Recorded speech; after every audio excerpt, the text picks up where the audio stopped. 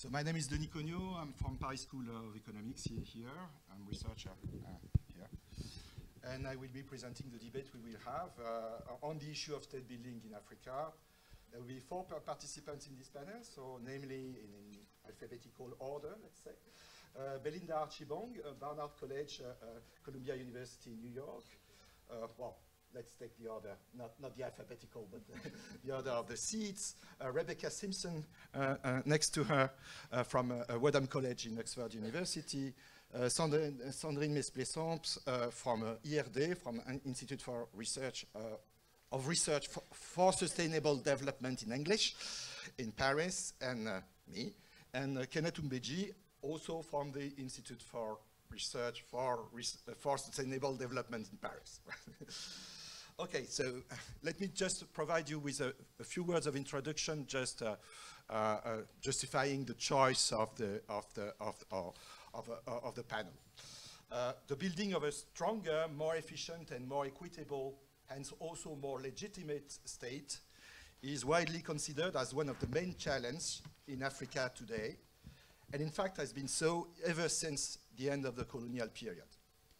State intervention is required in many domains, ranging from access to basic utilities like electricity or water, the provision of primary goods like education or health, security as well, but also the productivity of agriculture and the preservation of environment. In many countries, it is the case that non-state organizations like extended or enlarged family networks, like religious associations or even NGOs, do provide the services or are playing the role that the state usually plays in other settings elsewhere. African states that worked well have shown that they could make a real difference, while the failure, on the other hand, of state action has been many times accompanied by poverty, famine, or conflict.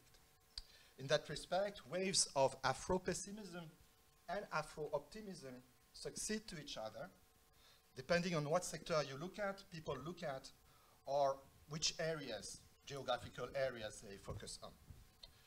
The construction of African states also takes place under heavy international constraints of the economic kind, from multinationals and markets, as well as the political kind, multilateral organizations and foreign states. African states also carry the weight of the long-term legacy of colonialism. So to review these issues, I will ask 4 broad questions to our guests. First, about the very longue durée, so let me try it. Yeah. The very longue durée. Second, about the post-colonial history. Third, about today. And fourth, about the future. According to the jargon or the terminology that is much used at ENS, these questions may look bateau, as we say in French, or if you like in English, mundane, or stereotypical. But I think that they will provide a good base for our discussion. So starting without waiting with the first question. So to spell it out more precisely, the question, well, the panelists were sent the question in advance, so there will be no surprise for them, right? And we try to kind of organize a lively debate. So the first question is, what do you see as the main historical legacies of the pre-colonial or the pre-colonial periods that still influence the construction of the state today? And I will leave the floor to Belinda to start with. And if you wish, I can also show the slides you have prepared on this topic. Yes, please. Thank you, merci, Denis.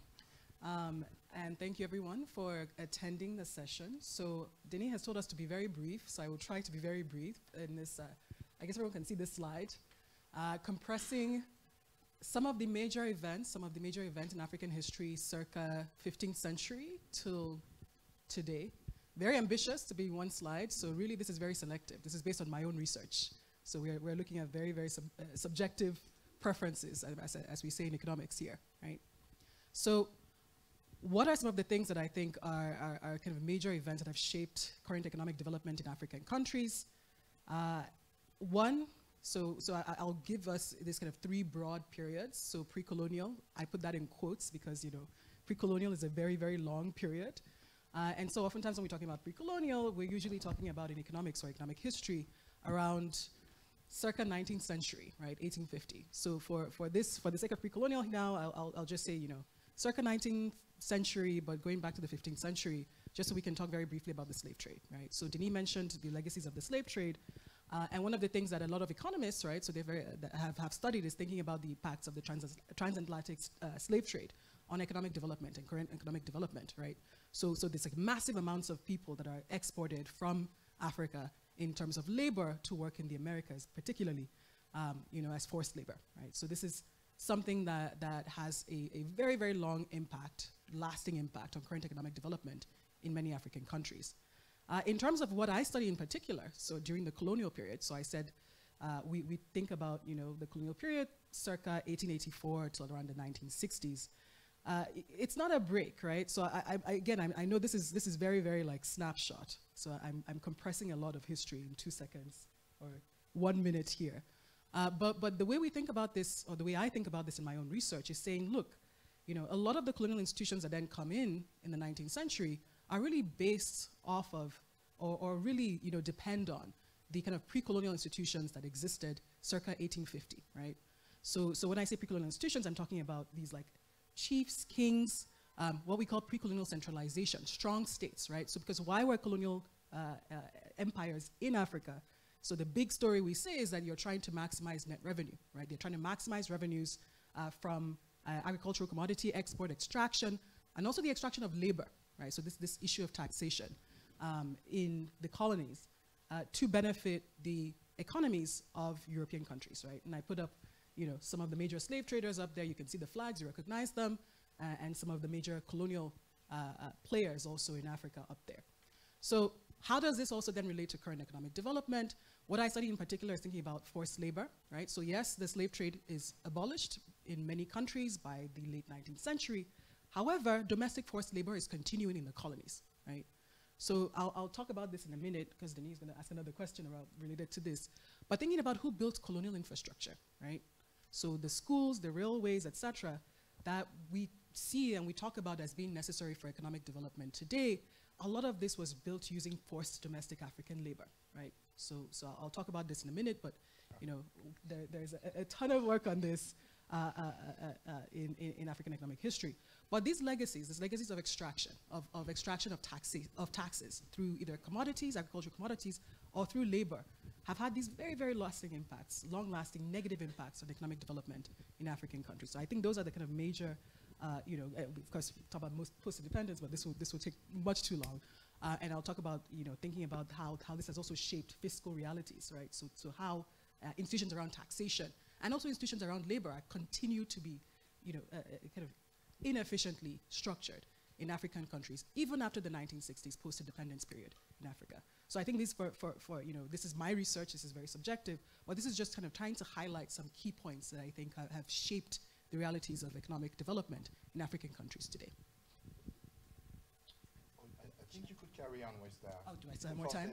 Okay, let me talk about the forced labor. Okay, yeah, yeah. I was waiting for you to stop me, Denis. All right. Then we circulate that. Okay. So let me talk about the forced labor issue. And you can see, as I said, this is based on my own research. So thinking very carefully about how has labor extraction, right? So you can start with the slave trade circa 15th century, go all the way up to the 20th century. You know, I have colleagues who have done work on this, Nathan Nunn, Leonard Wanchkin, who have done work on this, showing that, you know, this extraction, huge millions of people being exported, right? So think about this.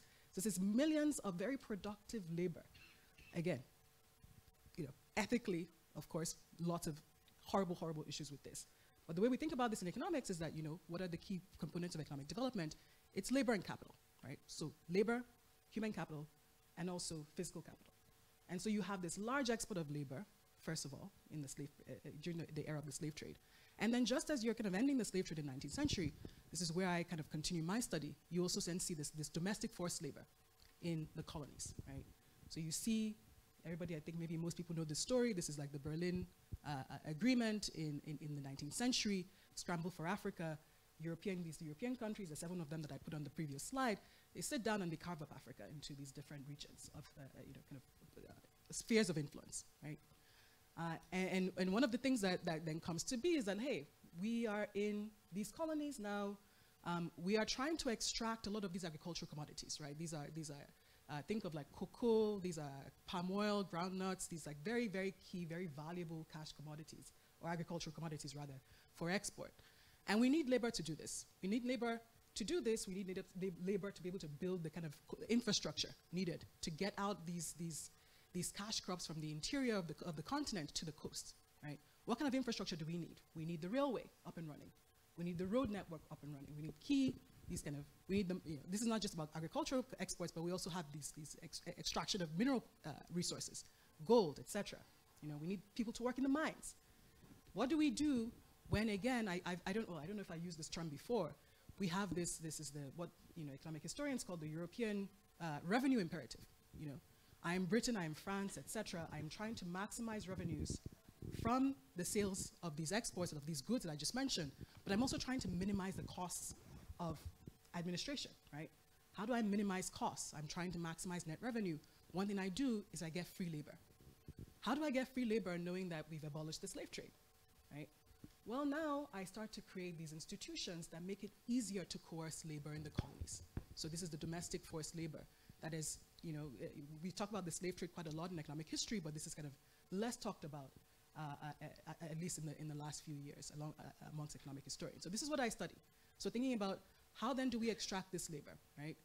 This is a huge, not huge, but growing, hopefully huge, people here in this room, hopefully someone will study this further, growing literature on labor taxation, right? So the corvée system, for example, in French colonial Africa, how young African men in particular would be forced to donate free hours, weeks, months of labor to work on the railway, to work in the mines, right? Again, with this objective of this colonial revenue imperative to try and maximize revenues from extracting goods from the continent while minimizing the costs of administration, right? How do you minimize this cost? Again, we don't pay wages, right? Wages are a major cost, and so we don't pay wages by forcing people to work for free. So we have corvée in French colonial Africa, and then in British colonial Africa, which is what I study in detail, we also have prison labor, right?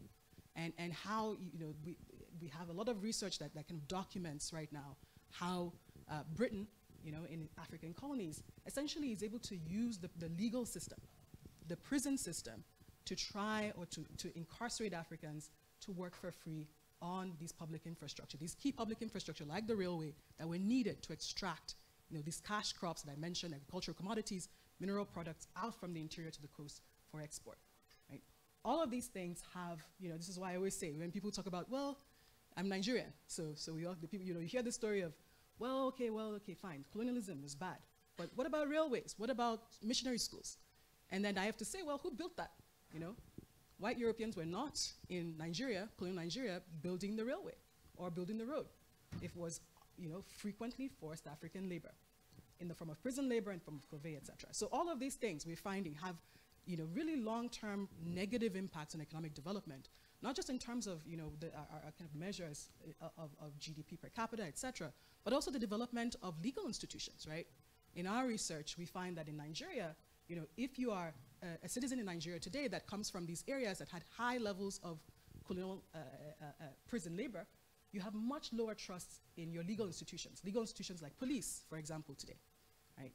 So, sorry, next slide, I think this is the same comment. So this is just, a snapshot again from this research, just showing, I know everyone is talking about police brutality around the world today. In my, practicing my French, listening to French news, this is something that I heard, again, it's happening in France, we're thinking about, the police incident recently, and thinking very carefully, like, why do we care about this, right? We care about this because we know that conflict can also be detrimental, right? When people have low trust in their legal institutions, they're less likely to want to invest in their countries because they're less likely to believe that any contracts, for example, that are signed will be complete, right? If I don't trust my legal institutions, if I don't trust my police, etc. So all of these things are things that we kind of can trace back, right? So this is like the long reach of history, as we say in economic history, tracing back to, the kind of relationship between pre-colonial institutions and colonial institutions, and how that has carried on, today in how people view their institutions and how people view kind of their willingness to invest in their countries in many African countries today. Thank you very much, Belinda. I think that two topics that you already touched upon will resonate with what Rebecca and Sandrine will have to say. On the one hand, on colonial public finance by Sandrine, on the other hand, on economic geography as it was structured by the willingness of having mineral extraction and hence building the railway infrastructure and also the access to cash crop that was also guided the construction of roads and railways. But before that, I would like to turn to Kenneth, who will be kind of the environment and land guy here in our panel. So before that, I would like you to say a word, to go back to the pre-colonial period and to say a word about long-lasting, long-tenure arrangements that are still present today in today's Africa and that you have studied in the present times, but with also a look at the long durée. So thanks, Denis. I guess I will just follow up on what Belinda just said about the way we think about the input for economic activities, starting with labor, capital. So land is a capital, and basically the rules that determine who gets access to land matter. And this is actually what I wanted to bring to this panel, which is like, to which extent the type of administration that were put in place during the colonial period and even before that have shaped access to land that we see nowadays. And in that sense, I think one thing that ties into the nice introduction that you just made, Belinda, is the indirect ruling that was put in place during colonization, meaning that colonial powers basically relied upon chiefs in village to represent institution, to mobilize the labor force, to find the land that are needed for the different activities. And by doing so, it meant that access to land depended a lot on access to the chief. And it was highly concentrated at the village level. And what this can actually create nowadays is the lack of a national market for access to land, meaning that someone from another village who is willing to work can hardly have access to land in other villages. So it basically prevents free movement of labor across villages and access of productive capital to land that could actually be nicely used. And I think, and not only that, it also meant that given that the legitimacy of a chief don't necessarily depend upon, it doesn't rest on the type of services that they are rendering to the local population, but it lies upon the allegiance to the colonial power. You have also this lack of accountability that permeates an imbalance between people wanting to have access to land and land that are freely available and that can actually be used to either increase agricultural production and also reduce unemployment. And in my own work, what I'm trying actually to see is not that much the long-run impact of colonization on land market nowadays, but is actually how can we manage to secure, or at least to bring customary rights into the legal system. Given that there is actually a duality. The duality means that you have a land market at the village level, but you can also have a land market for those people who can manage to go through the administrative hurdle to have a secure land right through a land title.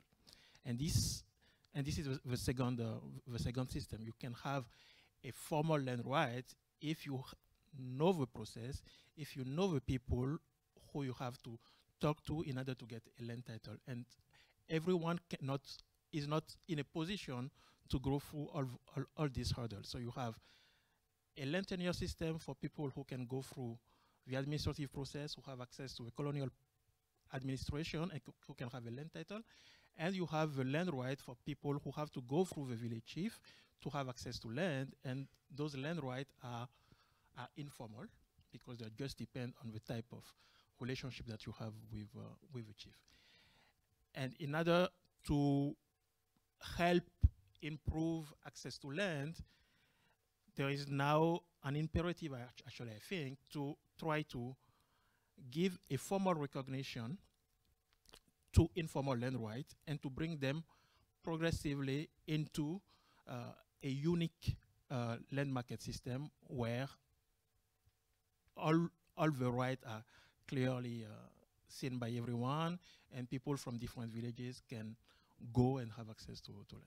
Thank you very much, Kenneth. I think we'll have the opportunity to get back to these land issues when talking about future challenges of the future, and when talking about the questions of the preservation of the forest and the question of the preservation of biodiversity that is strongly entangled with the question of land tenure arrangements, of course. But now I would like to turn to Sandrine.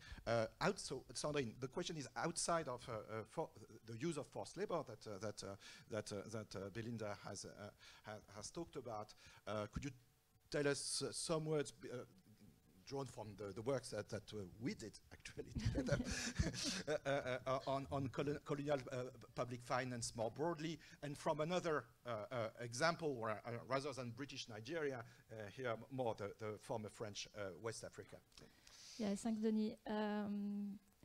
To be honest, it will be it won't be a debate because I agree with Belinda, and what I'm going to do is, as said Denis, I'm going to talk about the work we are doing, we have done with Denis and Yannick Dupras and other colleagues about fiscal capacity in the former French colonies.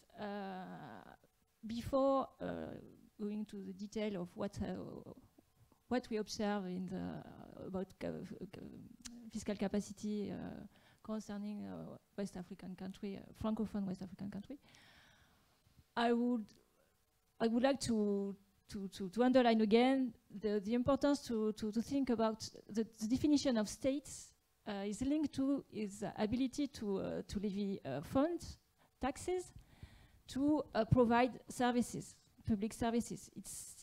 It's the main definition of a state. And if the audience is mainly made by French people, if you look at Arte, the TV Arte, there is a documentary on the history of taxes that is free available now. And it's very interesting, but of course it talk about Western Africa, and there is a researcher who say exactly the same thing I'm saying. The main definition of states is its ability to levy taxes, etc. Saying that there is a lot of researchers that question how states building in Western countries, more or less it's linked to war, or to huge conflict, to huge shocks that oblige the king, Louis XIV, for instance, to levy tax, etc. But there is no, there is very few research on the colonial of the state capacity, of the state building in African countries, that most of them have been colonized. So what we did with Denis and others, we gather a lot of information on public finance during the whole period of the colonization of by France, and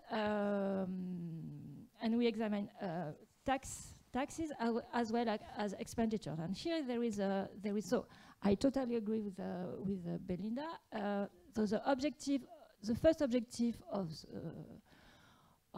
France, of the colonizer, but it was also the case for Great Britain. It was to minimize the cost of the colonization and and maximize the extractive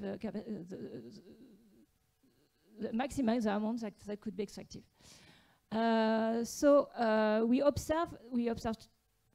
The first thing we observed that they succeeded in gathering a lot of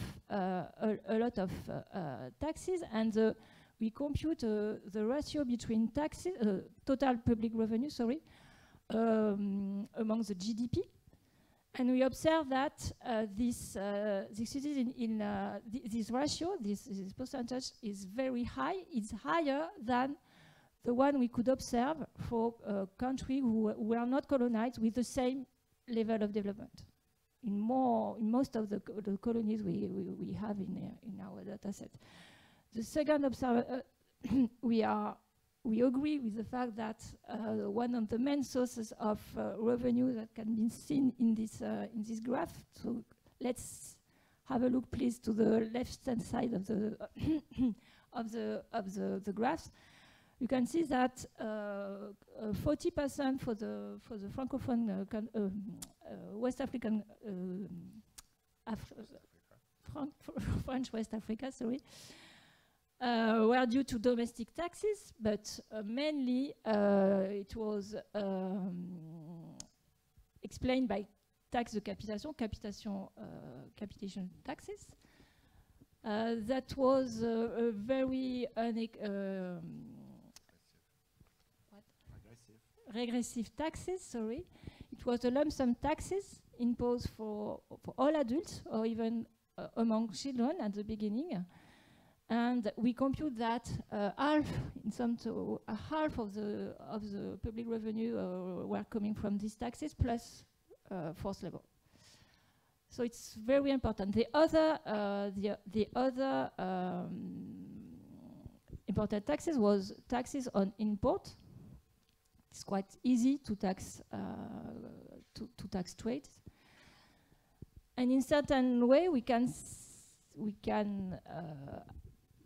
assert that the reforms implemented in nowadays to make more efficient or more fair the tax system in most of African countries consisted in reforming the fiscal tools, the fiscal capacities that had been implemented during the colonial period. And as said Belinda, there is a very long persistencies of this tool, but perhaps we are going to talk about this later. Yeah, we'll talk of this later on. So now let me turn to Rebecca to end this first part of our panel and to talk a bit about economic infrastructure and the long-term legacy also of the railroad buildings and road buildings during the colonial period until today. Thanks, Denis. So I think this builds quite a lot on what Belinda and Sandrine have been arguing. So as they stressed, you had this sort of revenue imperative at the beginning of the colonial period. The objective, both the British and French and others, was to make these colonies pay for themselves as quickly as possible. And what that usually meant was a focus on building export industries, either developing existing ones or expanding new ones. So production of crops for export or mineral exports. And this did require some initial investments, right? In particular in the railways, in ports, in some other transport infrastructure. It also often sort of changed the political geography of what became colonies. Capital cities were often kind of either formed or also moved towards the coast or to some sort of point of terminus on the transport links. And the infrastructure that was built was very much designed around extraction of crops for production or mines. So I think this map, this is current railway lines in sub-Saharan Africa, sort of shows some of the legacies of this quite well. So there hasn't been, well, a lot of these railways were built in the colonial period, and some of them are later. But what you see is that you often have these railway lines that just go, it's just a single line from the coast into the interior, where they're sort of linking into some region that's producing goods for export. If you wanted to design infrastructure with the purpose of building domestic markets, of integrating countries, you probably wouldn't build infrastructure like this. You'd build far more sort of transport links linking different regions within a polity.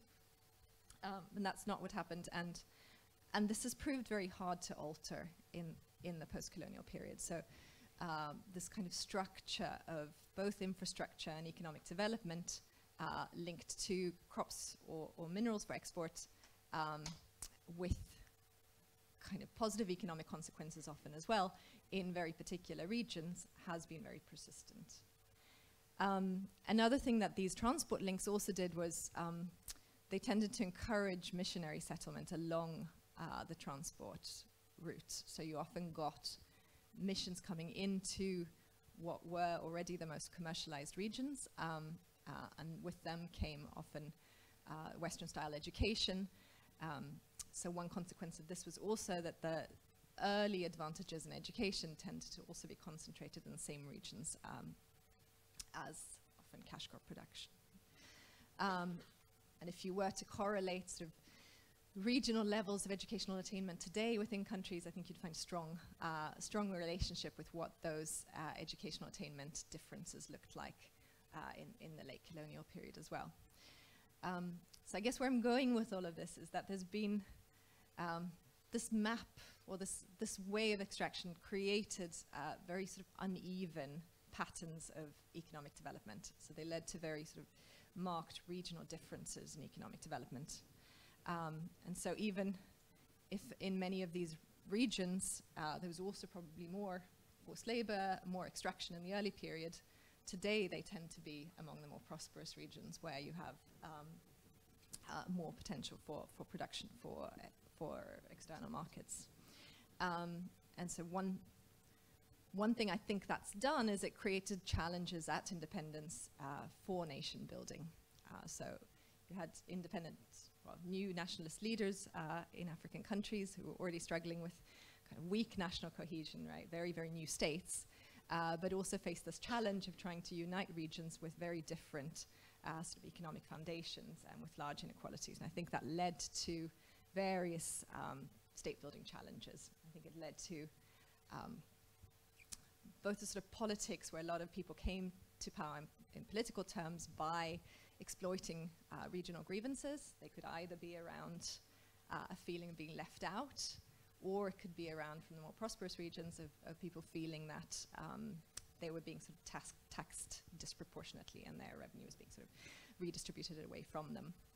And I think this also led to strong tensions, on the one hand, for federalism or for more decentralization, and on the other hand, from the leaders at the center who were sort of trying to hold these countries together for more centralization to try and weaken these federal demands. And one of the underlying tensions here, I think, is that if you move too far in the direction of decentralization, the richer regions had so much more capacity to raise revenue locally that it would massively increase or sort of fuel regional inequality. So there was this imperative to redistribute from the richer to the poorer regions or to the center, which is always sort of coming in conflict with kind of concerns and demands for greater representation and accountability at the sort of more local level. So I think that's one of the potential, well, one of the political challenges that's come with this particular, partly as a result of this particular kind of economic geography of colonialism. Thank you, Rebecca. So I think that's very nice that you raised the issue of spatial inequalities and the issue also of decentralization of the state, because we will have the opportunity to get back to that. And I know that Belinda and Sandrine will have something to say about fiscal federalism and also decentralization attempts in former French Africa after independence by Sandrine, and on spatial inequality as well. But for the sake of time, I would like to shift to the second question and spell it out again. And with respect to the trajectories since independence, what do you see as the main structuring experiences, meaning potentially socialist policies, decentralization or federalism, democratization, etc.? Rebecca, I would like you to carry on and expand on what you were just saying and talk a bit about precisely how at the very in the very early period of independence, at the very start of independent African states, how power was gradually centralized and how it evolved after that. Yeah, so very much building on what I was just saying.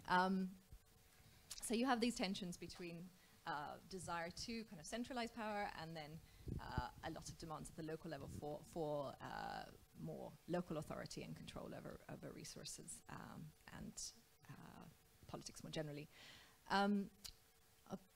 Particularly in the Anglophone countries, I think you see these very decisive moves in most countries in the first decade of independence towards greater centralization. So the independence constitutions were often sort of quasi-federal constitutions.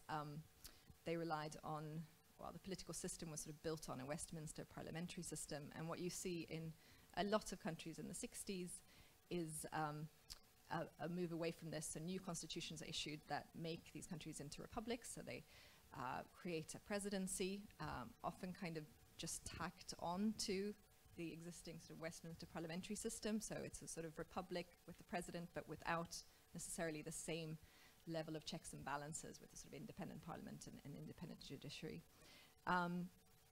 You often see the abolishment of local governments. This sort of starts in the early 70s, and the sort of drift towards one-party states, either sort of officially or de facto in many countries, and start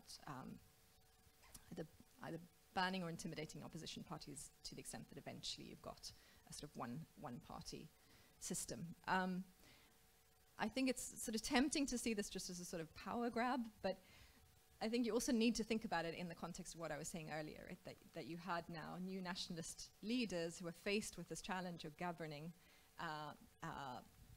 these quite weak states with considerable heterogeneity within the countries.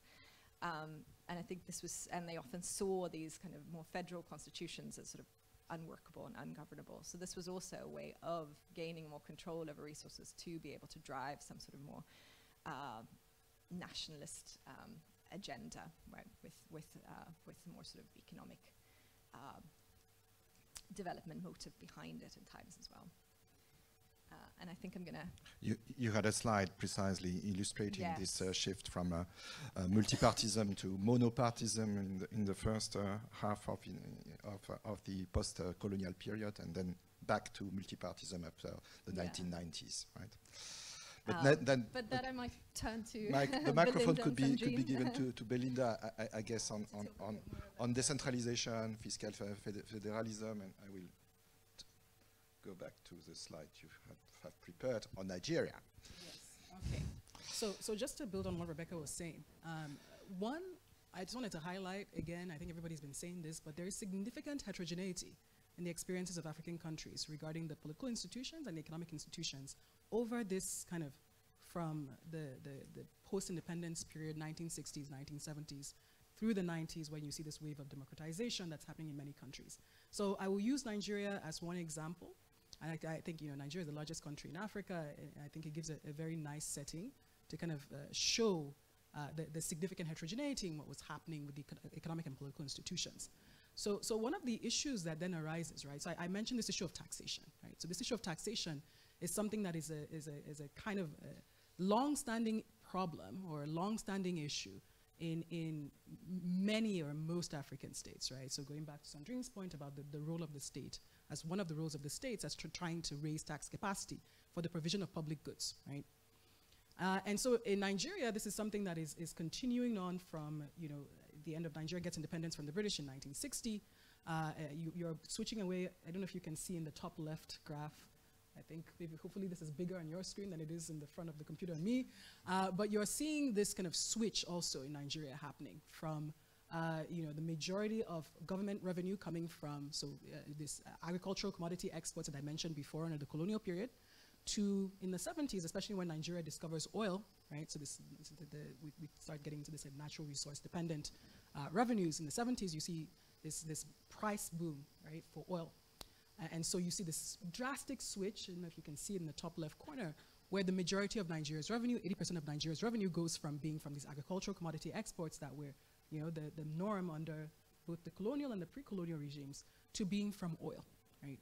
And so this switch also leads to this. This is the kind of this tension between centralization and decentralization that Rebecca was mentioning, right? So on the one hand, so in the 1960s, Nigeria gets independence from the British. There is a civil war that happens from around 67 to 70 for a few years, and then 1970 comes along and the military take over, right? So there's this move towards further centralization of power in the hands of these military dictators, right? And so they come into power, and at first, they're trying to do these or manage these arrangements that the British had with the Kenneth was talking about the local kings, local chiefs, right? So the arrangements where that I comply with the British mandate, comply being in quotes, forced compliance and all of that, hand of a gun, but I comply with the British mandate, and in return to collect taxes in my region, in return I get some concession.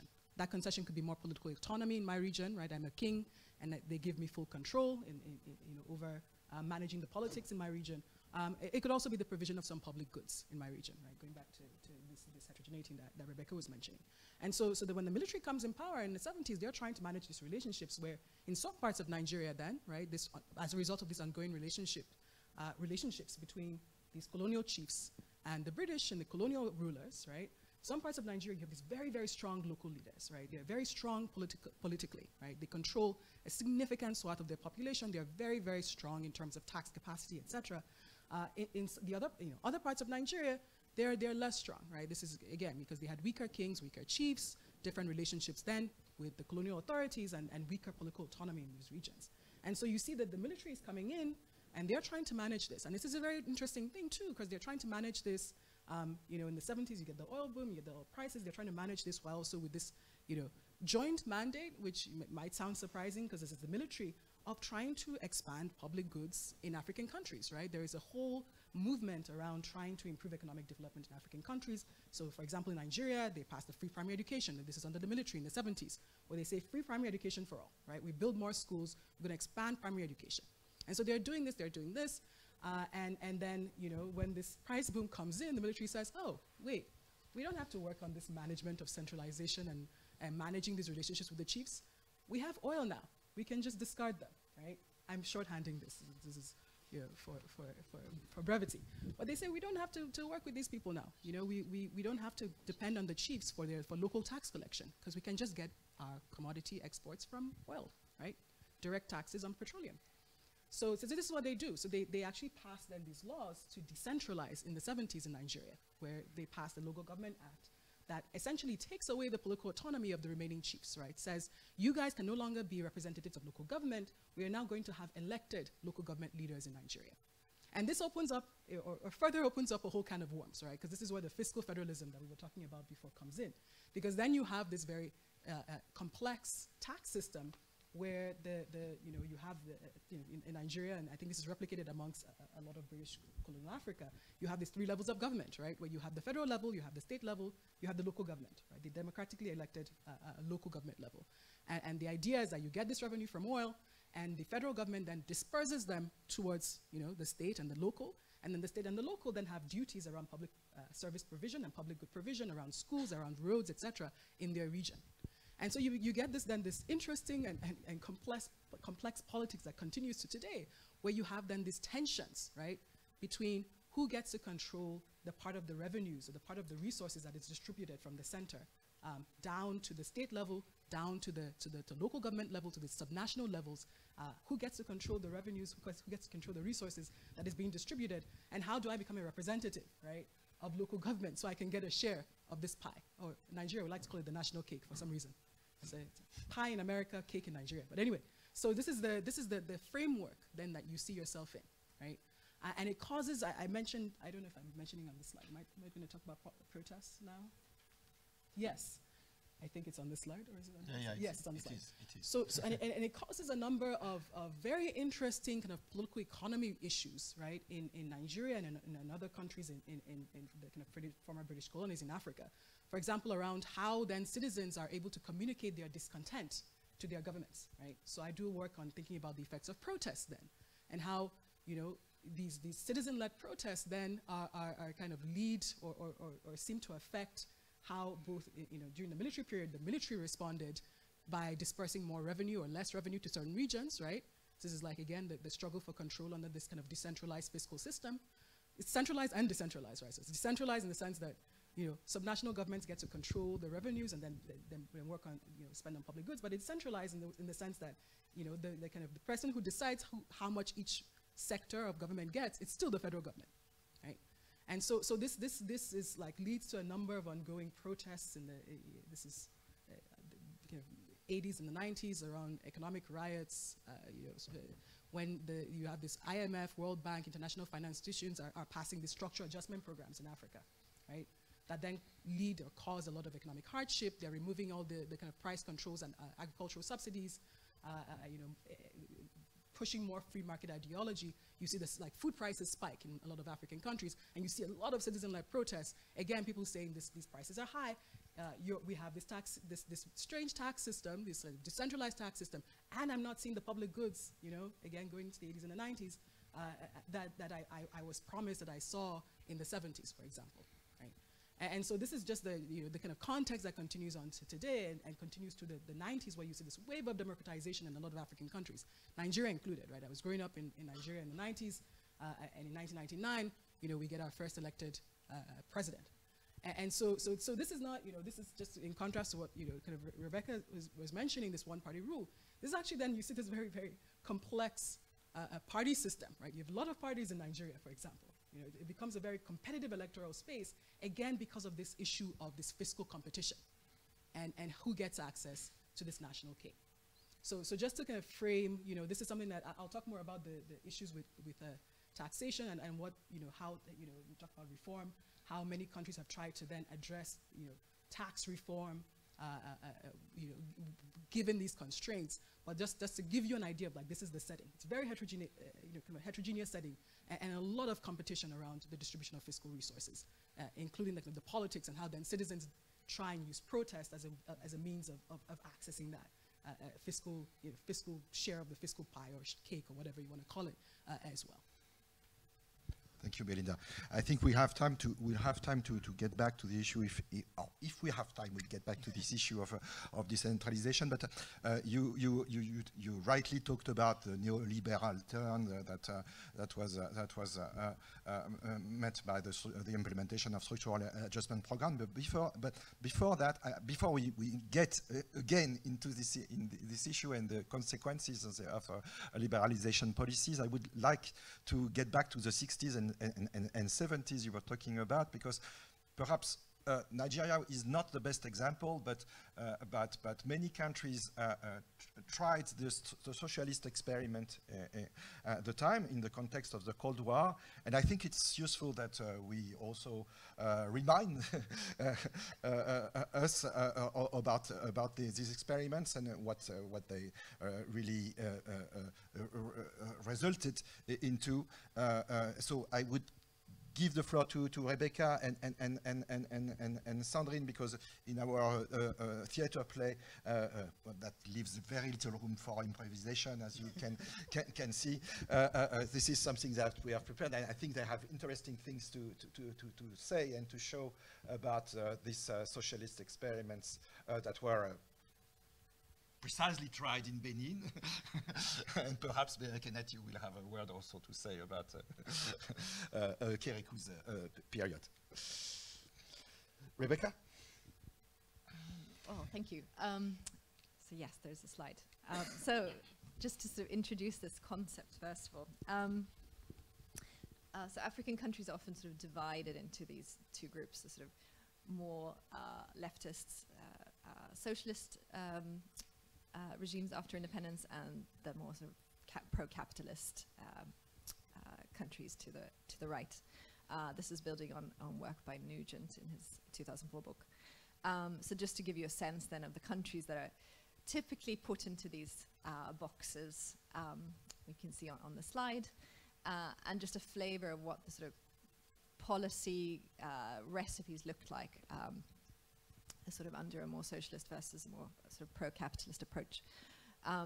So sort of African socialism was sort of characterized by an emphasis on sort of self-reliance, reducing the role of foreign dominance within the economy, usually through nationalization, a big emphasis on social equity, and usually in foreign policy belonging to the non-aligned movement, while the more pro-capitalist countries usually had a sort of stronger sort of pro-growth agenda, a more emphasis on creating a national capitalist class, and a more open approach to foreign capital, often invited in multinationals. That said, I think a lot of scholars have a little bit moved away from this framework as well in later years, and sort of pointed to the fact that there's also quite a lot of similarities in the sort of policies you do see across these two groups, and so maybe this binary shouldn't be drawn too sharply. And I think part of the reason for that is I think we need to see African socialism in its time and place, in its context, as perhaps less about redistribution between social classes and more about economic nationalism. That a major objective for this was also that this was seen as the most sort of obvious way of reducing the sort of dominance of foreign capital, or at least sort of non-indigenous minority-held capital within the economy. And that was seen as a sort of prerequisite for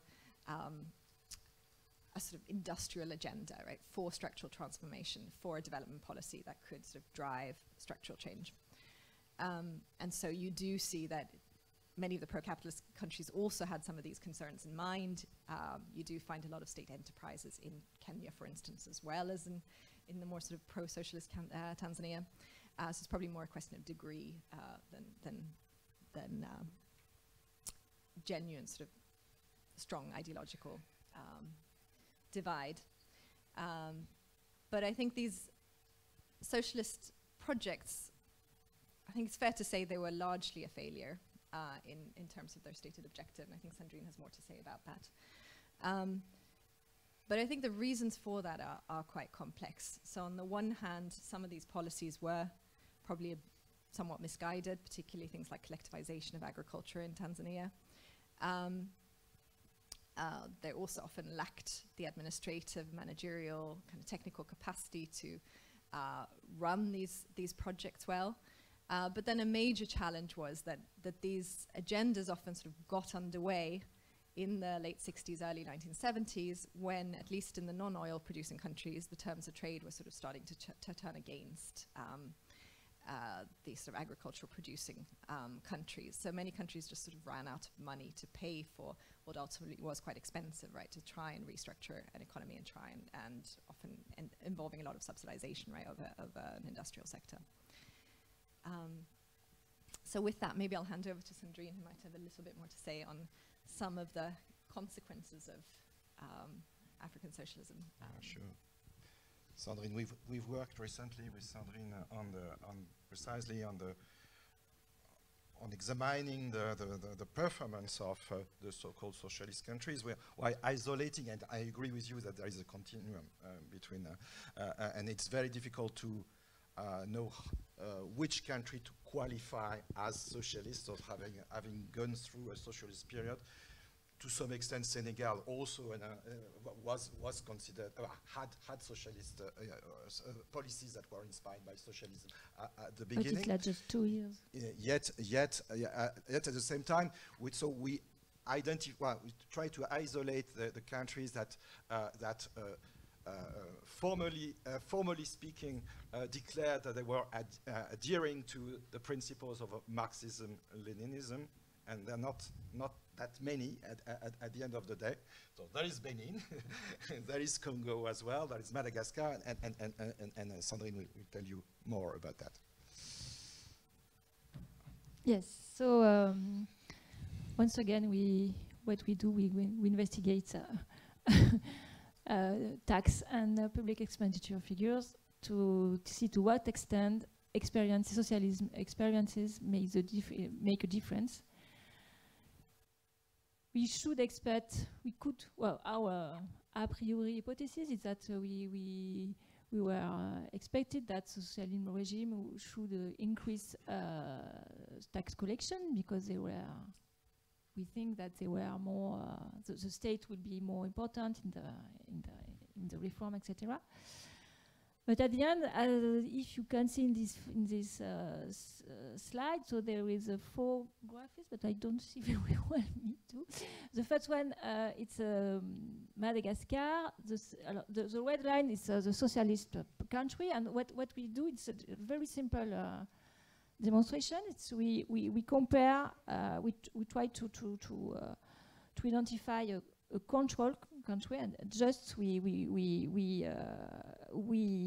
draw the tax revenue per GDP, and we compare the socialist regime and period with the main close country we could have in mind. So it's why Benin is compared to Togo and Cameroon. Madagascar is quite complicated, but we choose to compare with Senegal. But Congo, it's quite easy to compare with Gabon because they are close and both experience want petroleum production, oil production, sorry, and Guinea we compare with Côte d'Ivoire. What you can see that they didn't succeed in levying more taxes than the comparators. We don't know. We do not have a lot of. We can nowadays we can give you a lot of explanation, but we have some ideas. The first one, what we observed is they try to tax more trade. I suspect that they were more in mind than the other country, the policy import substitution. They would, like, as said Rebecca, they wanted to develop more national industry and sector. So on the one hand, we observe that they try to tax more trade to prevent importation to be competitive for the national for the development of national firms. But on the other hand, due to Cold War, etc., there were more. I think that international trade were closed to this kind of country. The main country with whom they could make trades was URSS. Less France, less French colonials than for instance, Guinea were close is diplomacy relationship with France, etc. So one other explanation is the fact that they didn't succeed in increasing the taxes of the trade due to this reason. In terms of we wonder. Yeah, okay. In terms of education spending, we were in terms of social spending, we were wondering if they tried to do better. I think that they tried to do better, but at the end they didn't succeed. If you can see that at the beginning of each period, socialist period, the share of public revenue dedicated to targeted to education sector are higher for all the example, but at the end they didn't succeed in doing better than other African countries. So at the end, what we are there is an ongoing project, research project, so we would like to analyze what's happened in terms of nationalization, public enterprise, etc., and in terms of the involvement of states on the development economics of productive sectors. To some extent, it's unclear whether socialist experiences really failed, as you said, Rebecca. But at least what is visible and most variable is that they had very little long-lasting impact. At the end of the day, it seems that everything seems as if the countries are getting back to the levels of their comparators that did not go through such a socialist experiment.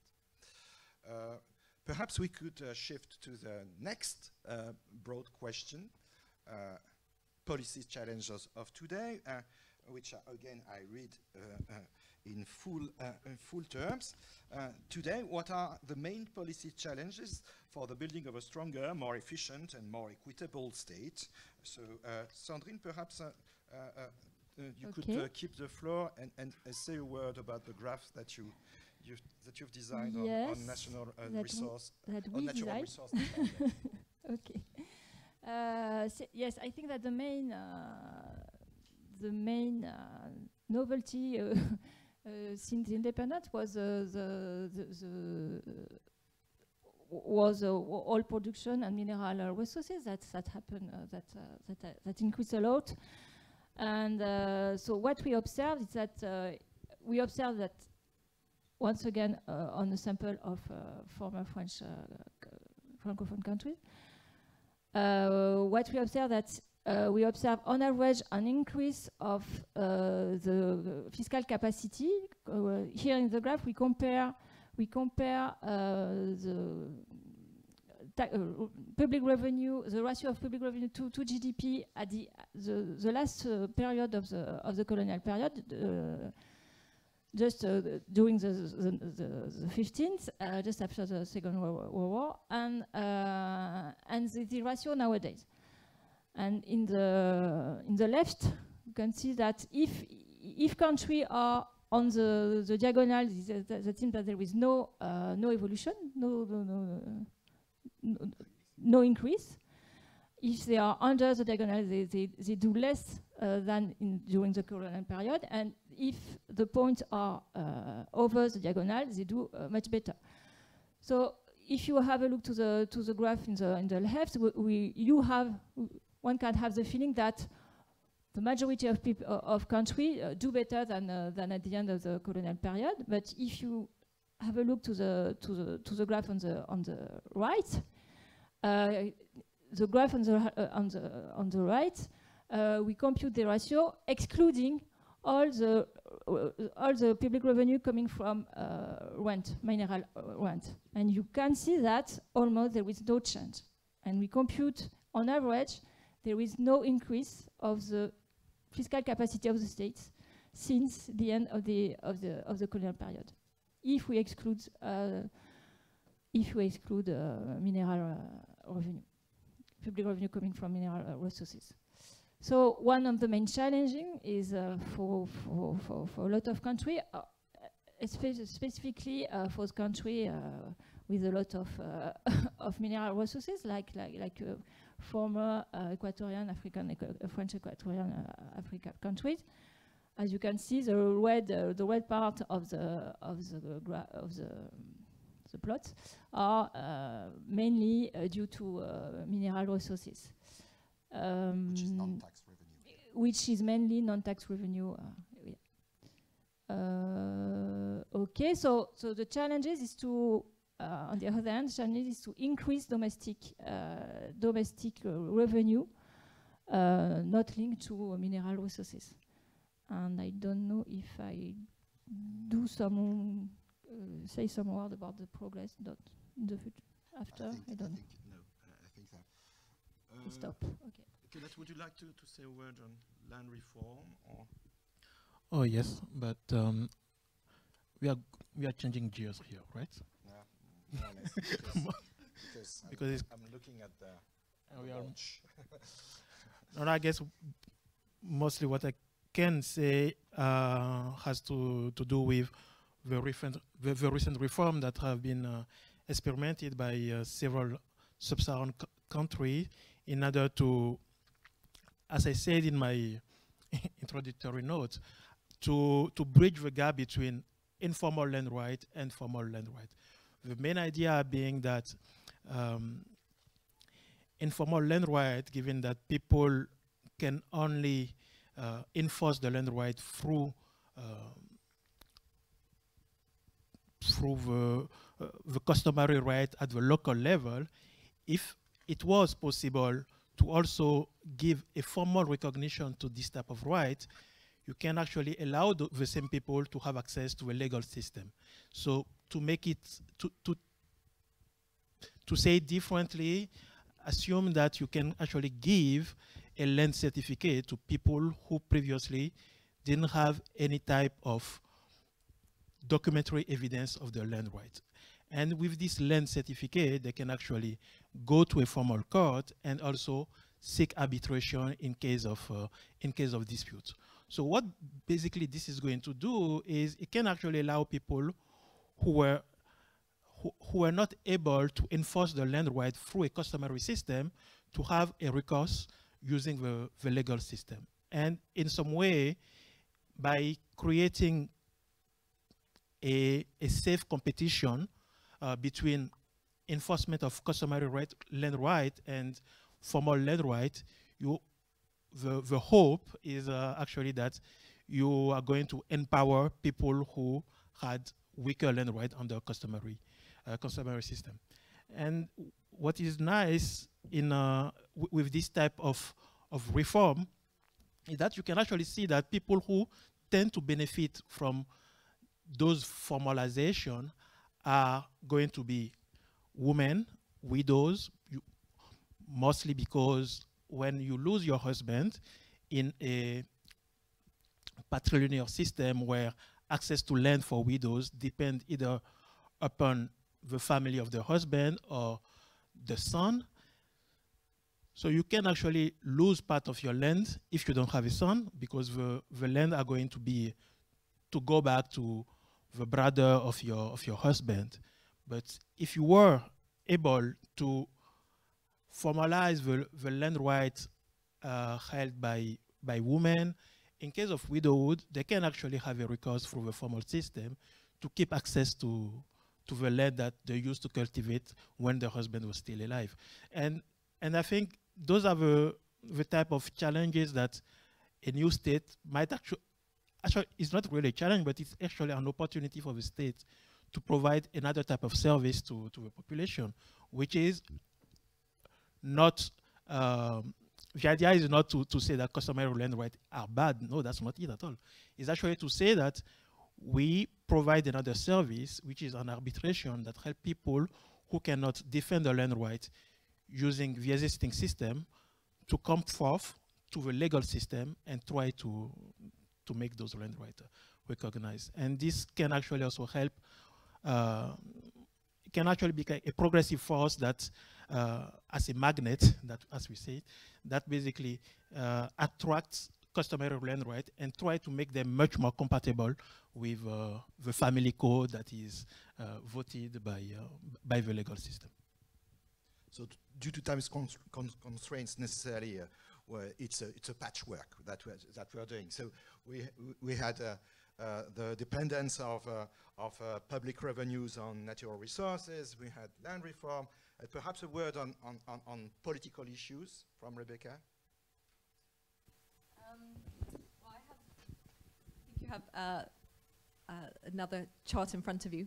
I guess I also wanted to talk both about sort of challenges, but also a bit about opportunities or improvements. So I think it is important to stress, we talk about all these challenges that African states face, but I think it's also important to stress that if you take a slightly longer term perspective, there have been marked improvements in political stability and in the quality of governance more generally, even if it hasn't necessarily lived up to everything people hoped.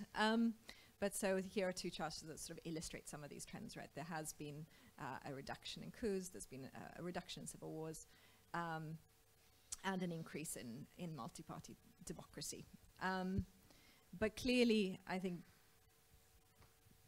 taking more wind out of the national level politics or the sort of extreme competitiveness of national level politics is still a major agenda item, in a way trying to make elections and consultation for the central government seats more boring and more predictable. Remains, I think, a challenge, and I think there's still a lot of concern around elections, even in countries that have remained relatively peaceful and stable. I think of Kenya today, for instance, and so how to continue building towards more stability, more political stability, I think is a major challenge, and something that a lot of people have been advocating decentralization as part of the sort of policy recipe for that. I think that's still a big point for debate, whether or not decentralization is able to deliver on that, to shift more of the competition to the local level. So in order to leave a few minutes for the discussion and questions from the audience, I suggest that we, sorry for the slides that I skip, Belinda, I suggest that we shift to the last part of our discussion and focus on the burning issue, if I dare to call it, of climate change and environmental issues in Africa. And still, Belinda, it's you who will introduce the topic, and then we'll have Kenneth again, and then we'll give the floor to the room. Okay. So I'll briefly weave in the taxation, because this is relevant here as well. For sure. The skip slides. So just to very briefly, I wanted to emphasize, right? So this is, we talked about a lot of social spending that's happening, right? That is happening from the 60s onward in many African countries. There's very little investment in these key things that, as economists, we see are necessary for economic development. I mentioned before, public goods, right? So thinking about schooling, thinking about health, thinking about investment in improving a resilient labor market, thinking about security, the security issues that we talk about, was just talked about, and also thinking about environment and climate, right, which is kind of the underpinning all of this. So there's a lot of social spending invested in trying to improve, for example, education and health in the 60s. And I also want to emphasize, I don't know if I put a fine enough point on this, but there's very, very little of investment in schooling and health during the colonial period. So see it as, you get it to independence, and people are starting at -1 million. It's not even at 0. And so you have a lot of African states that are trying very, very hard. Yes, this is true. There's a lot of political strains regarding kind of militarization, the militaries in power, these types of authoritarian rule. But they're trying very hard to improve, access to schooling. One of the biggest programs, the most successful programs in Nigeria, for example, as I mentioned, is the free primary education program. Tanzania, yes, socialist, all of that, but also has one of the most highest literate population in Africa, right? Lots of investment in schooling. Where is this money coming from to do the spending? It's coming from two things we say in economics. Either you tax your domestic base, or you borrow money. The borrowing money is the issue that we skipped over in the 80s and the 90s. This is the issue that many African countries had to do. You don't have a tax infrastructure because your tax infrastructure was aimed at extraction, right? Of exports, as I mentioned before. It's not aimed at raising a domestic tax base necessarily. And so this is where we get here, and we say, okay, now we have these multiple challenges that many countries are trying to deal with, right? Improving social spending, while under this big, in economics we call this the market failure, right? This big market failure of climate change, where you are seeing increasingly that all the challenges that we mentioned before, the challenges in terms of healthcare, of education, of equity, right? I study a lot of thinking about gender gaps in equity, right? Women have the world's population. Maybe they should also, we think they should also, be able to equitably access labor markets and education and healthcare. All of these things are then intertwined and made worsened by the challenge of climate change, right? So in my work, we study epidemics and we studied epidemics before 2020. I feel like I always have to announce this, before the pandemic, but this is an issue that environmental health people have been pointing out. Look, global warming is going to make epidemics, I study meningitis epidemics in Africa, going to make them worse and more frequent, sorry to tell everyone, in the future, right? And so thinking then about, given the resource constraints around taxation, that we need to spend money to make our economies more resilient to climate, right? We have these constraints in terms of being able to raise the tax base.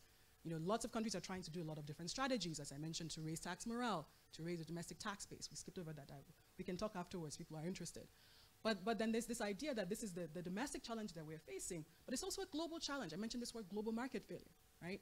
So you know, we say, you know, in environmental, I mean, you know, I'm half an environmental economist. We say, look, the climate, pollution, global warming knows no borders, doesn't care whether, you know, your PM 2.5 is in Nigeria or whether it's in the US or whether it's in France, right? It moves. This is how the atmosphere works.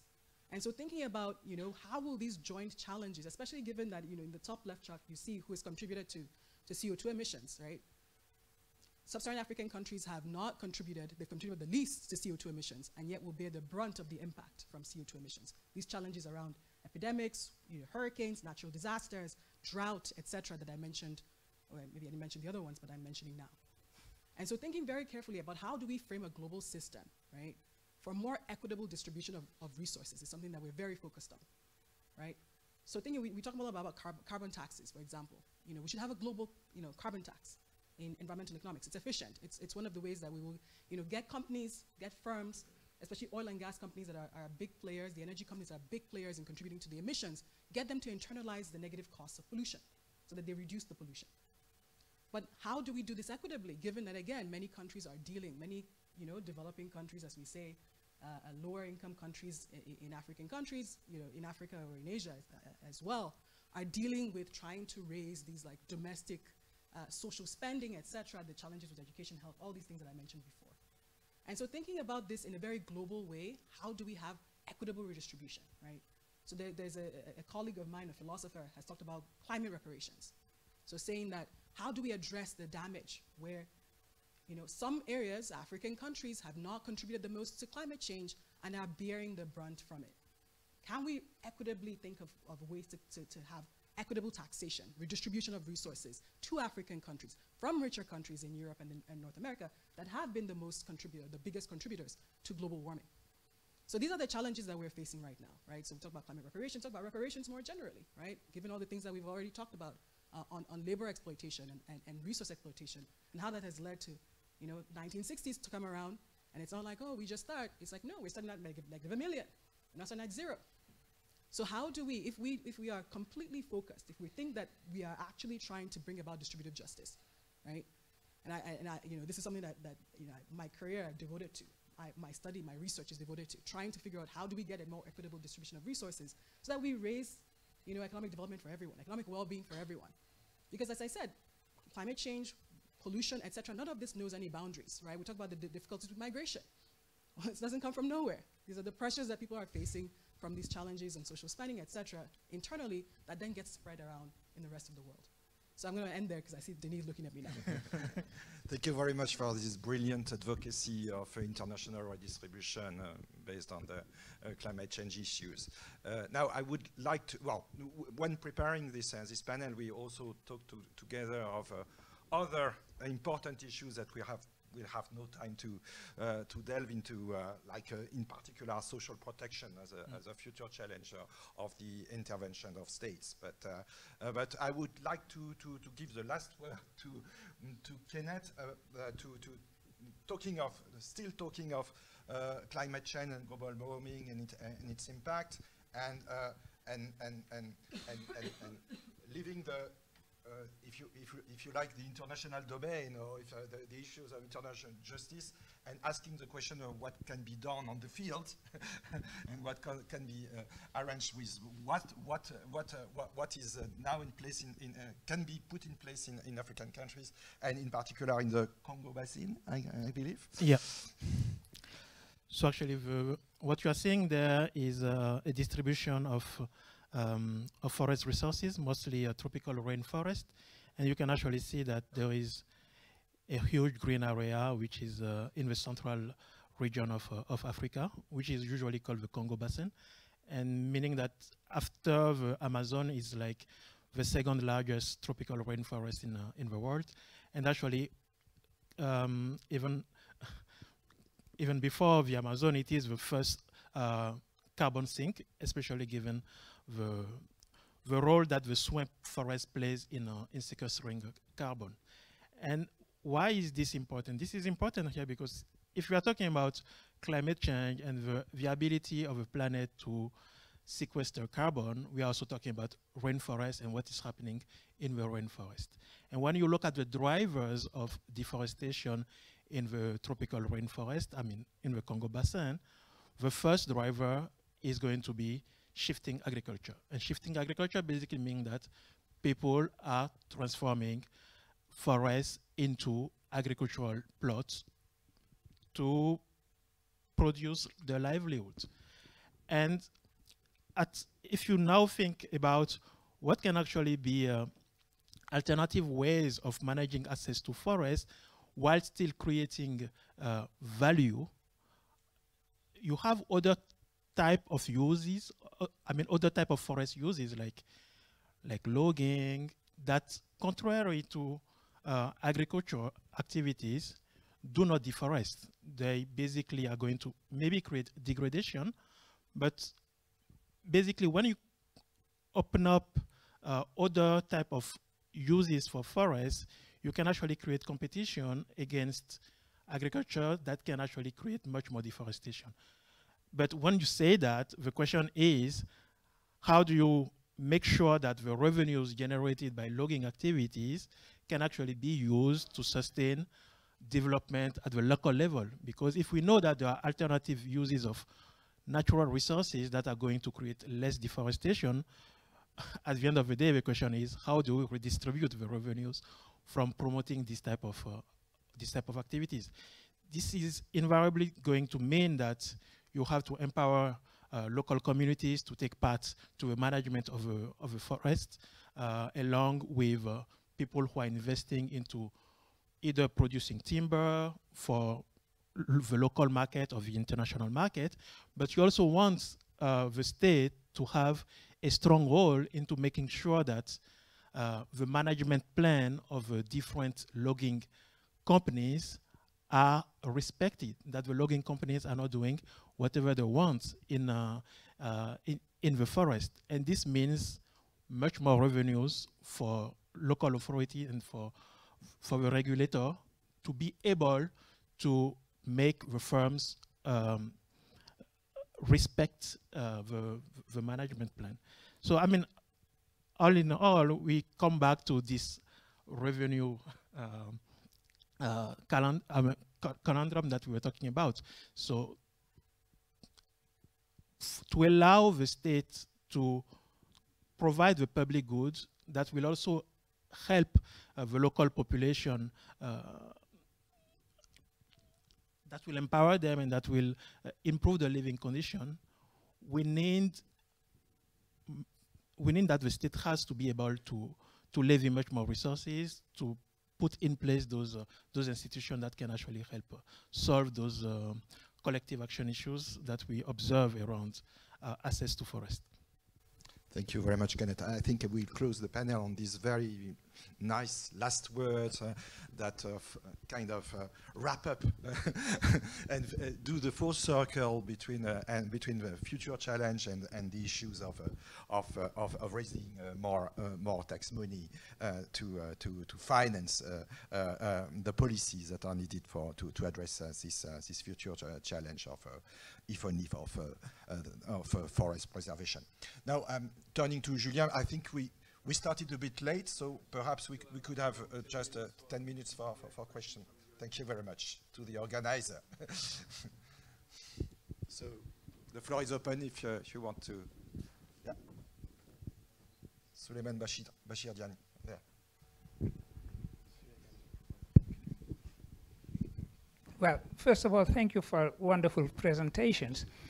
I would like to give you a chance to probably, I'm guessing that you considered one urgent topic, one urgent challenge, and that you had to drop it because you could not address everything, obviously, at the same time. This would be the issue of African unity. It seems to me a very important challenge, and something very important is at stake now, because if you ask, 2 young Africans out of 3 about how they see the future, what would be their hope for their continent, they would mention the word Pan-Africanism. This is a very, this is the buzzword right now. And after all, when it comes to restructuring and the legacy of colonialism, one wise decision that was taken in the 1960s was to keep the borders of colonialism as they were. And this was roughly successful. I mean, only 2 countries probably have had to redraw their borders. I'm guessing Sudan and Ethiopia, Eritrea, probably. Nigeria, it could have happened, it need not, etc. And also now, parallel to that, at the same time, they were saying, we are going to keep the borders. They are absolutely absurd as a legacy of colonialism, but we are going to keep them as they are, otherwise we will have war everywhere. But at the same time, we are trying to realize the old dream of Pan-Africanism and African unity. And the fact that right now we have ZLICAF, or as it is, the acronym is in French, and I believe in English it is AFCFTA. And this looks like this is the future of the continent. So I wanted to give you a chance to react on that, because I'm sure probably in your preparatory discussions you envisioned talking about this, even if you did not have time to address it. Thank you. Perhaps we could collect other questions for the sake of the efficiency of our replies. Hi.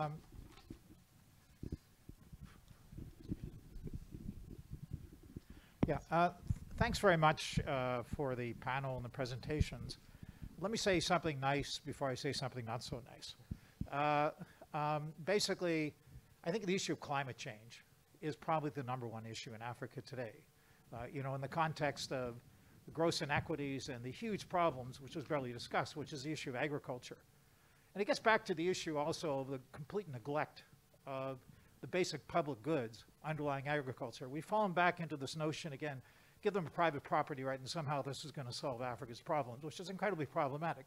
One of the problems with having and sorry if I've insulting anybody, a largely panel of mainstream economists, is you tend to like to talk about the colonial period and pre-colonialism as a source of the problems, which kind of solves, as Morton Jervin says, the problem of direction of causation and the growth econometrics analysis, right? So you can say, oh, well, here's something that pre-existed. Of course, the big problem is what happened in between. And part of the issue, of course, is the interconnection between the different stages of how we got from there to today, which is always sort of missing. One of the important aspects, which is often also not really analyzed, is one is the nature of the global economic system over time and how that has created these inequities where Africa fits.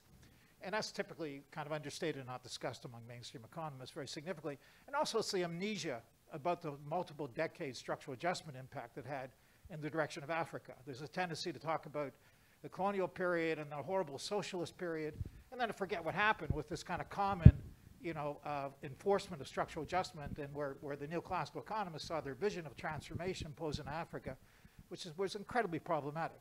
And that gets into kind of the broader question of the nature of the existing global financial system, which in actually, in some senses, create huge inequities, where Africa is constantly having to chase foreign exchange, where it has no control over the access to that exchange. And so there's this constant attempt to kind of extrovert. And so instead you want to talk about domestic finance, but it's a huge problem of international finance, where Africa simply can't even produce the basic goods to deal with the pandemic, has no capacity to produce vaccines.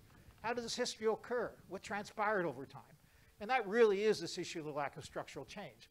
And so it gets back into the issue of the interconnection between the different phases of how they intersected, and not forgetting about some sections of important histories in Africa that led to what is the current outcome now, which is this enormous structural weakness today, where there's still huge amounts of commodity dependence, and in which then African countries are living and dying by the issue of the access to foreign exchange and the rise and fall of prices and commodities. And today it's very much like the colonial period, hasn't really changed. And how we get there is an important analysis, which should be done. One final last comment I want to make, which is the issue of decentralization. Nigeria had its own history of decentralization, but a lot of decentralization was seen as a solution by the World Bank and the IMF. Well, come and decentralize your government. We don't really like these centralized governments. Let's go to these socialists in this period, you know, and then let's kind of impose that. And it's been incredibly problematic for a whole variety of reasons. You know, in other places, of course, it's been imposed because of politics, such as in Kenya, where the federalism was put after the 2008 elections. So I would just basically say, please help us fill in the history here and the pieces of how we got from A to Z, rather than kind of forgetting about what are the absolutely incredible and important components over time of this kind of selective process of representation of history of Africa. Thank you. Thank you very much. I'm afraid it will be difficult for us to provide you with the whole story, and for sure it's still a challenge for research to be able to connect all these historical periods with, one with another. And so yeah, we'll do our best, but for sure, necessarily, well, the research is still digging into the archives for the colonial period, digging into the IMF or national archives in the post-colonial period, and I mean the historical research. And so, our capacity to provide causal connections or to build up a full-fledged causal history of how we've got where we are is still in construction also, like states in Africa. So perhaps if there is, yeah. Thanks very much to all the speakers. But we try to answer your question. Just a very quick question on investment, local investment, because it seems like you have quite a lot of data on taxation. So I was wondering about any link you managed to trace between, especially during the colonial period, between taxation, fluctuations in taxation, and local investment on infrastructures and so on. I know there's work by historians such as Sophie Duluc on, especially on French Equatorial Africa, institutions like the Fonds d'Investissement, the Développement FIDES, Fonds d'Investissement. So I wonder if you have any thoughts or data on this. Thank you. Thank you. No regrets.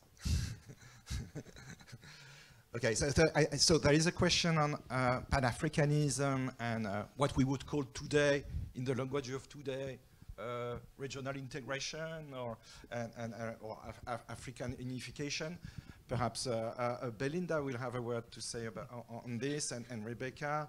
There is a question on also economist bias towards private rights on land or the provision of private titles. Perhaps you will have a word to say about that. And there is also a question on FIDES. There is a question on the financing and the funding of infrastructure programs in the late colonial period. Perhaps you could say a word on this. So perhaps starting with African unity and the kind of the resurgence of Pan-African movements. Perhaps you too. Now I can use my slide. So can we go to that? Because thank you very much for the question. So yes, I was going to talk about the. What is the slide that you need? This one? Yes. Okay. So I was going to talk about the African free trade area, but then I didn't have time. We had to skip over it. So thank you very much for the question. Yes, definitely. So you know, one of the things that I was going to highlight here was this idea that, you know, when you look at the patterns of trade, right, and you look at a lot of the patterns of trade in many African countries today, because of this legacy, right, this legacy that goes back to the colonial period, a lot of the trade is not intra-Africa, it's Africa and other regions of the world. And so part of what this free trade area was supposed to do, or was trying to, well, was just passed in 2021. I know people have heard of this, the AFCT, you know, the French version, African Free Trade Commodity Area is supposed to say, let's have like an EU for African countries. Like let's engage in more regional integration and have, you know, remove the barriers to trade within African countries to strengthen those regional links. So I'm very optimistic for this. Actually, I think a lot of my African macro colleagues are also, or econ colleagues generally, are very excited for this as well. And you know, it's new. We're going to see what happens. The other thing that we were also thinking about and very excited about was the ECHO. I think that was what we were calling the currency. And then, well, shenanigans happened on countries that I will not name in Europe that we are in now. But, you know, so, and you know, it starts with an F, it ends with E, rhymes with dance. So, you know, this is the one of the things that we also said. Look, we need to reduce. You know, one of the barriers to business is it's quite costly. Transaction costs are high. You know, to engage in business across African countries and travel across African countries. And so one of the things that was suggested was to say, let's have a single currency like the euro, but have it. It was going to be called the ECO. Let's have it be in African countries that will reduce the transaction costs. So that if I'm Nigerian, I'm going to Ghana, I don't have to think about transfer my naira, Nigerian currency into cedi in Ghana, and into from country to country, and just like lowers the barriers to business, also improves this kind of regional integration, what you call in African unity as well. So we'll see how this goes. I think there's reason for optimism, both on the part of the free trade area that just went through, and also a potential a single currency coming in the future as well. And also this is we talk about African borders as being very porous.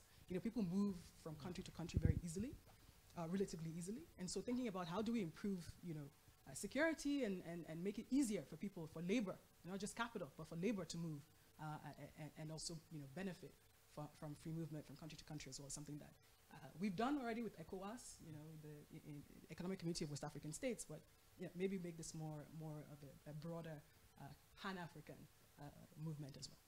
Thank you. Rebecca, a few words? Can I speak on some other points instead? Yeah, for sure. Structural adjustment, if you like. No, I mean, I just wanted to pick up a little bit on this criticism that we're not considering the broader global agenda, which may be fair. I mean, I guess where I think some of us were pointing on the sort of lack of structural transformation, right? Attempts in the 70s to try and break with this dependence, usually on quite a narrow basket of resources that for export were very important for revenue generation. But in a way, the failure of that has meant, right, that most African countries are very vulnerable to terms of trade fluctuations, and the economic prospects are still very much driven by exogenous forces. I fully agree that remains a major challenge.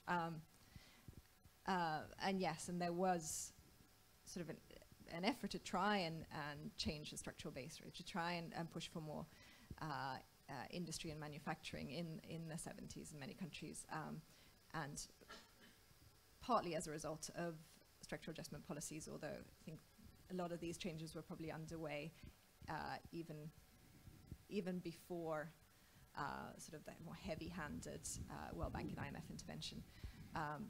We've actually seen a reduction in the manufacturing share of GDP or employment in many African countries, which is, I think, a sort of a sign of failure here, right? And on decentralization, we maybe didn't get to it as much as we would have liked, the sort of more recent developments there. I think what I was trying to point to was that there are these continued tensions between sort of local demands for more representation and more control over resources or revenues at the local level, with the sort of centralizing tendencies.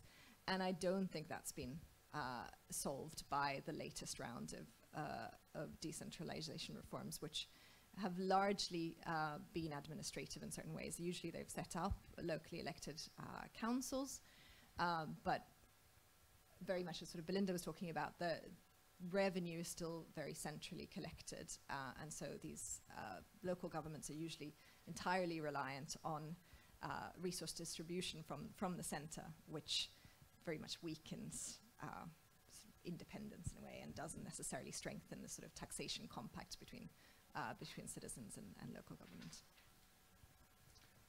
Sandrine, a short word about the late colonial period development plans and how they were funded and financed, and what they involved, in particular infrastructure. Okay. Yes.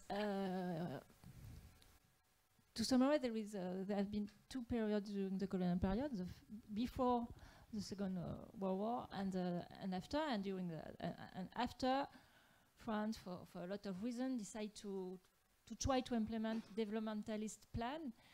Among them, there were the FIDES, and the FIDES were mainly financed by subsidies from France and by by loans, but with very low subsidies interest rates. So it has been financed by funds.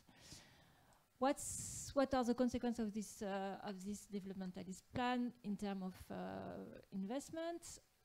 I would say, as usual, it has been mainly